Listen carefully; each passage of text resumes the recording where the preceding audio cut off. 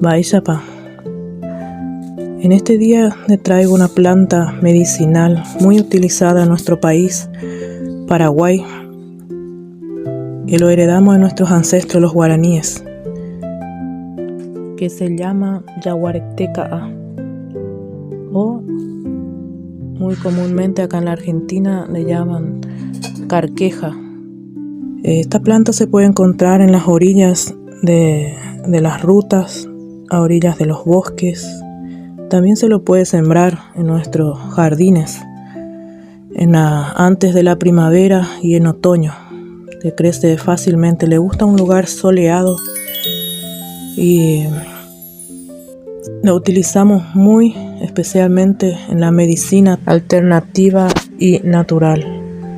Bueno, nosotros tomamos para el tereré, para el mate, para tratamientos preventivos, pero en caso de alguna infección aprovechamos su poder diurético.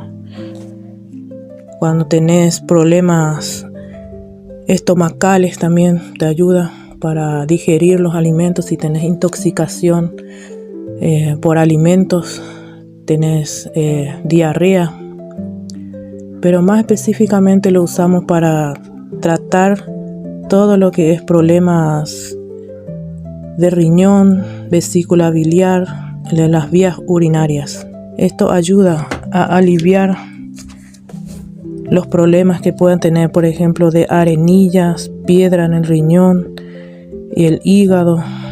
Ayuda a sacar los cálculos. Ayuda a adelgazar también. Ayuda a bajar la retención de líquidos en la sangre debido a las infecciones urinarias que podamos tener. Cuando tenemos muchas infecciones, cuando tenemos retención de líquido, entonces para retirar o para disminuir todo eso, porque la retención de líquido lo que hace es que te hace alzar la presión. Esta planta te ayuda con la micción.